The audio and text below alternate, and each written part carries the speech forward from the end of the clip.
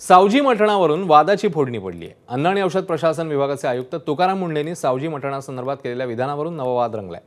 सावजी जेवण जर माझ्यासारख्या माणसांनी जेवलं तर किमान 1 महिना हॉस्पिटलमध्ये जाईल असं विधान तुकाराम मुंढेंनी केलं आणि नाराजी ओढवून घेतली। खरं तर सावजी मटण नागपूरकरांसाठी केवळ खाद्यपदार्थ नाही आहे तर ती अस्मिता आणि परंपरा आहे। याच खाद्य संस्कृती संदर्भात मुंढेंनी उपहासात्मक विधान केल्यानं नाराजी व्यक्त होते।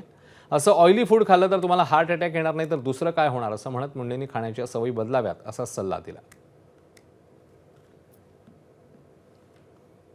बऱ्याच वेळेस असं ऐकतो की माझ्या मुलानं माझ्या नवऱ्यानं कधी तंबाखू खाल्ली नाही, सिगरेट पिली नाही, त्याला कोणतं व्यसन नाही, इव्हन चहा सुद्धा पित नाही, तरी त्याला हार्ट अटॅक आला, त्यांना कॅन्सर झाला। आणि याच्यावर उत्तर हेच असतं की याचं काही कारण सांगता येत नाही। त्याचं कारण आपण जे खातो आणि राहतो त्याच्यामध्ये। आणि आपण काय म्हणतो, हॉटेलमध्ये गेलो, अरे मला चांगलं जेवण दे, स्पायसी दे, इकडे तर्री पण काहीतरी इकडे एक मोठा प्रकार आहे ते दे। नागपूरला तर कोणतं ते चिकन काय असं सावजी, म्हणजे सावजी जर माझ्यासारख्या माणसांना कमी 1 महिन्यात हॉस्पिटलमध्ये जाईल अशी परिस्थिती आहे। ते आपण खातो म्हणजे काय, ऑइली, फॅटी, सॉल्टी, शुगरी। तुम्हाला हार्ट अटॅक येणार नाही तर काय, तुमचं हार्ट अजून दुसरं तयार होईल। नागपूर जिल्ह्यामध्ये 1000 सावजी भोजनालय आहे। जर 1000 सावजी भोजनालयामध्ये प्रत्येक सावजी भोजनालयामध्ये 200 लोक जेवण करतात तर नागपूर शहराचे सगळे हॉस्पिटल बंद झाले, म्हणजे हाऊसफुल झाले असते आणि पेशंट रस्त्यावर उभे राहिले असते। सावजीमुळे कधीही कोणाला इजा होत नाही। सावजी हा ब्रँड आहे। कदाचित स्वतःच्या प्रसिद्धीसाठी पण तुकाराम मुंढे असं वक्तृत्व करू शकतात, परंतु नागपूर शहरामध्ये आज 1000 सावजी भोजनालय आहे आणि तुम्ही रोज रात्री फिरून बघा, तुम्हाला प्रत्येक सावजी भोजनालय हा फुल दिसेल। म्हणजे जवळजवळ रोज रात्री 50,000 लोक सावजी भोजनालयामध्ये जेवण करतात।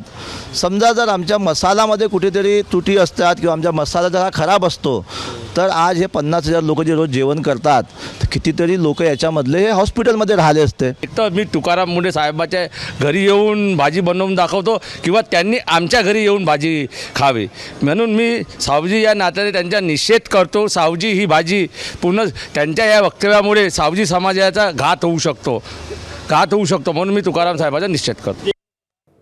तर प्रसिद्ध शेफ विष्णू मनोहर यांनी सावजी आरोग्यासाठी कशी घातक ठरणार नाही हे सांगितलंय।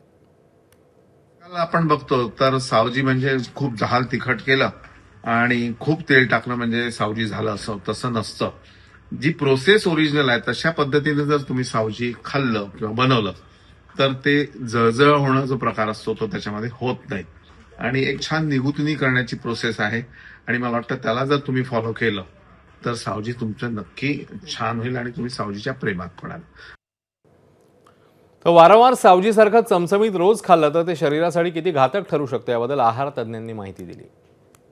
जो जनरेशन है, कॉलेज गोइंग बच्चे हैं, उनका जो खाने का ड्यूरेशन है या ऑफन जितना ज़्यादा खा रहे हैं वो हफ्ते में 3 बार 4 बार वही खा रहे हैं और कम मात्रा में घर का खाना खा रहे हैं, तो उसके वजह से बैड फैट्स जा रहे हैं, कोलेस्ट्रॉल उसके वजह से बढ़ रहा है, शुगर इनटेक ज़्यादा हो रहा है, उसी के वजह से कैंसर के भी चांसेस है। वैसे सावजी में जो स्पाइसेस डलते हैं वो हेल्थ के लिए अच्छे हैं, लेकिन क्योंकि उसमें तेल ज़्यादा होता है इसीलिए हमें उसका प्रमाण कम करना है।